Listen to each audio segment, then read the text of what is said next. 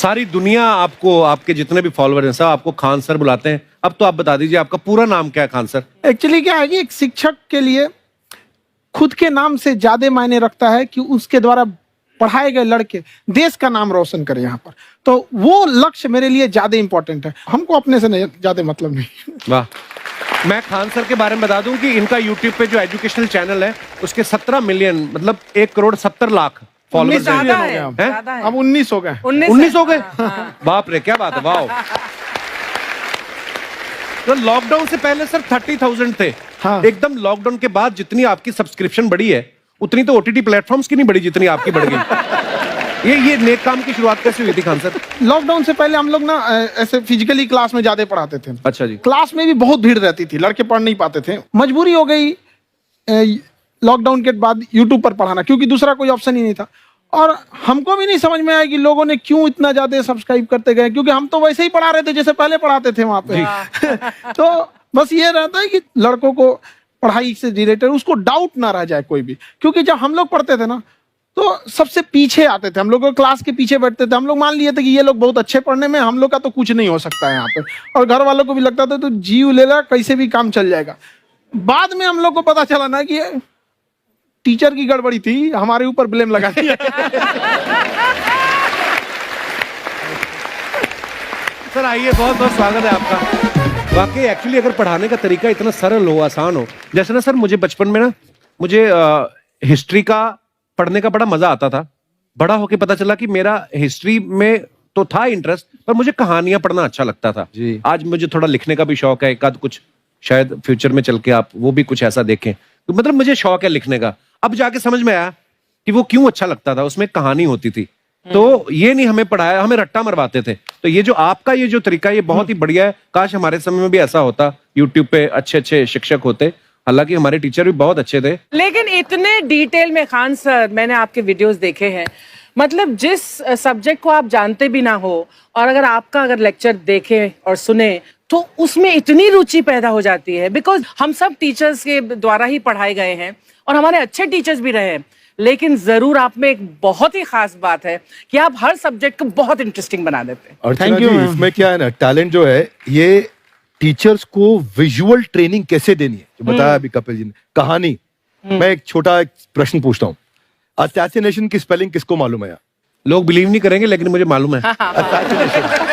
Assassination की spelling होती है भाई एस, एस माने गधा, गधे के ऊपर एक और गधा, एक और एस, उसके ऊपर आई मतलब मैं पूरा, और मेरे ऊपर पूरा देश, नेशन, एस आई नेशन। तो ASSASSI मैं ये जितना विजुअल कर दें पढ़ाने को, जितना आसान कर दें। वो याद नहीं होता था रेडियो किसने बनाया, बोला रेडियो चल नहीं रहा, इसको मार थप्पड़ मार, कोनी मार, कोनी मार, कोनी मार, कोनी ने बनाया, याद हो गया, मार कोनी ने बनाया। जितना विजुअल कर दो।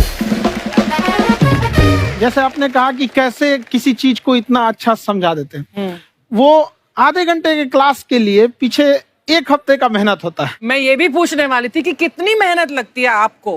वो डिपेंड करता है कि हम कब तक सेटिस्फाई नहीं हो जाते। अच्छा। कभी कभी तो कोई चीजें 2-2 महीने से अटकी हुई है, जब तक हम नहीं सेटिस्फाई होते, नहीं इसको ऐसे नहीं, अब लड़के समझो तब तक नहीं बताते उसे। कहते हैं ना, दुनिया ने मेरी बुलंदियां देखी, किसी ने पाँव के छाले नहीं देखे।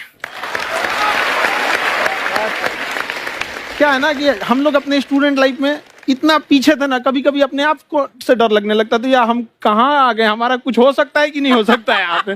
तो लेकिन ना कुछ सीखने का बड़ा शौक था। हाँ। तो जैसे एक फिल्म बनाने से पहले डायरेक्टर कितने महीने की प्रैक्टिस करता है, 2 साल की मेहनत के बाद एक 3 घंटे की फिल्म बनाना पड़ता है। उस तरह से थोड़ा काफी मेहनत करना पड़ता है पीछे से, तब जाके समझ में आता है। और धीरे धीरे एक्सपीरियंस होने से थोड़ा समझ में आ जाता है कि क्या, कहाँ पे कौन सा चीज डाउट आएगा वहां पे। और आपसे पढ़ाई करने का ये भी फायदा है कि ये पीट नहीं सकते ना यूट्यूब चैनल से, अंदर से निकल के थप्पड़ भी नहीं मार सकते। हमें तो पीटा ही इतना है ना, हम तो मतलब टीचर से सवाल नहीं पूछ सकते थे। अभी बचपन में पूछ भी लिया ना कि सर सूरज कितना दूर है, तुझे जाना है उधर है। मतलब ये नहीं कि बच्चे के साथ दोस्ती करो, उसके साथ आजकल माहौल बहुत बदल गया है। अब तो बच्चों की पिटाई भी नहीं होती, हमारे टाइम बड़ी पिटाई होती थी। हम भी कहते हैं, हमसे भी लड़के नहीं पूछते हैं, क्योंकि उन्हें पूछने की नौबत ही नहीं आती है। क्लियर हो जाता है ऐसे ही। वाह, क्या बात है। मैंने देखा है सर आपके फॉलोअर्स में रवीना टंडन भी है एक। तो जब आप आए, कितनी मुस्कुराहट आई खान साहब आपके। तो जब कभी आप कोई नया वीडियो डालते हैं तो आप उनको पर्सनली मैसेज करते हैं कि किसी चीज पे डाउट हो तो कॉल मी एनी टाइम, ऐसा कर सकते हैं आप। अच्छा, विवेक सर के बारे में हमने सुना है कि किसी को बिजनेस रिलेटेड प्रॉब्लम हो तो ये 5 सेकंड के अंदर जवाब दे देते हैं। जब भाभी जी आपको तैयार होने के बाद पूछती मैं कैसी लग रही हूँ, 5 सेकंड में जवाब दे पाते हैं आप? देखिए, इसमें तो सभी लोग पीड़ित हैं और हर जगह, हर घर में ये जरूर सुना होगा सबने कि बच्चों के चक्कर में तुम्हारे साथ रह रही है, वरना तुमको तो कब का छोड़ के चली गई होती। ये बड़ी कॉमन बात है। So right.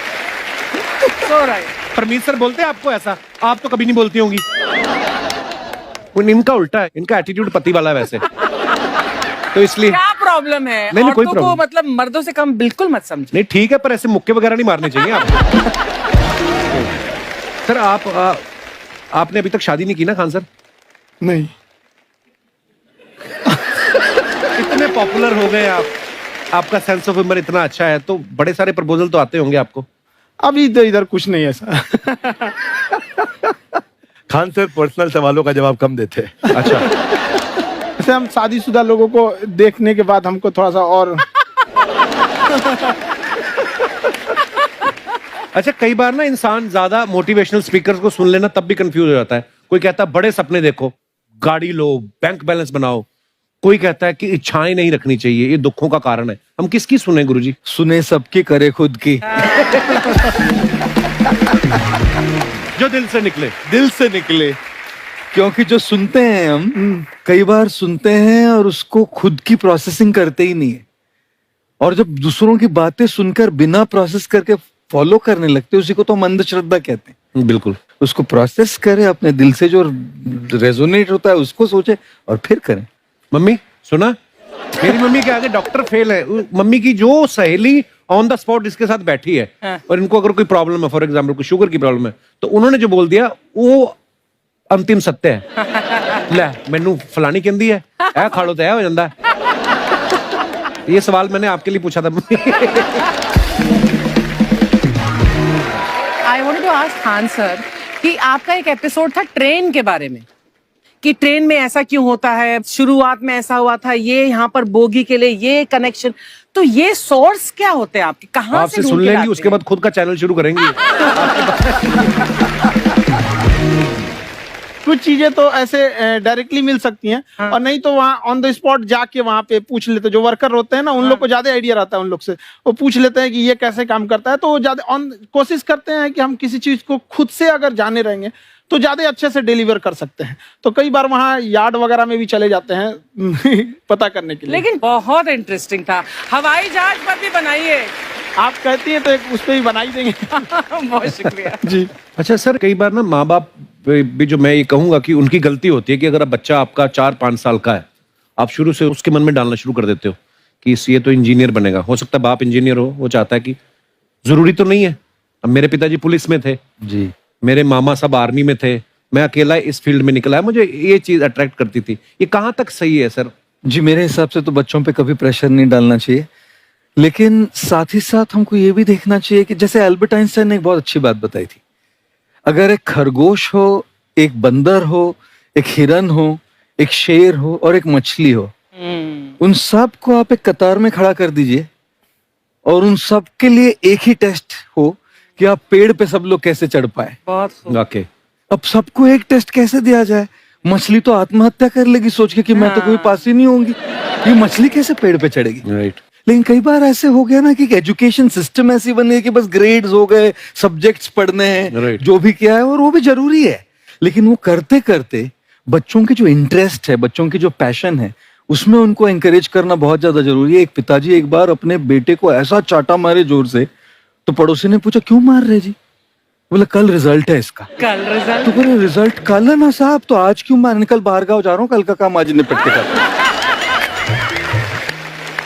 कहने का मतलब ये है कि आप देखिएगा कि अगर आप बच्चों को अपने कॉम्पिटेंस के हिसाब से नहीं देंगे तो ये चाटे ही खाते रहने पर फेल ही होते रहेंगे। बहुत खूब। वाकई। अच्छा, विवेक सर का एक कहना है कि बच्चों का अगर 95% से ज्यादा मार्क्स आते हैं वो भी खतरनाक होते हैं। 75 से 85% वाले जो बच्चे होते हैं लाइफ में बड़ा अच्छा करते हैं। अच्छा। कभी किसी पेरेंट्स ने आगे कहा है कि आपकी वजह से मेरा 95% वाला बच्चा 75 पे आ गया? नहीं, बेसिकली 95%, देखिए स्कूल में जो पढ़ाई हो रही है, जो भी बताया, वो classroom based conceptual theoretical approach है। और उसमें बच्चे को क्या चाहिए, एक कॉन्सेप्ट होता है कि जिस सब्जेक्ट में 10 में से 3 आ रहे हैं उस पर फोकस करने की जगह वहां फोकस करो जिसमें 10 में से 7 आ रहे हैं, ताकि उसका सुपर स्पेशलिस्ट बने। पर वहां सब कुछ पोर किया जा रहा है, तो 95% के चक्कर में, 98% के चक्कर में अपनी ओवरऑल डेवलपमेंट कर नहीं पाता है। और ये पुराने पैटर्न्स के कारण हमारे यहाँ बच्चे डेवलप नहीं हो रहे हैं, और पैटर्न्स इतने मजबूत हैं।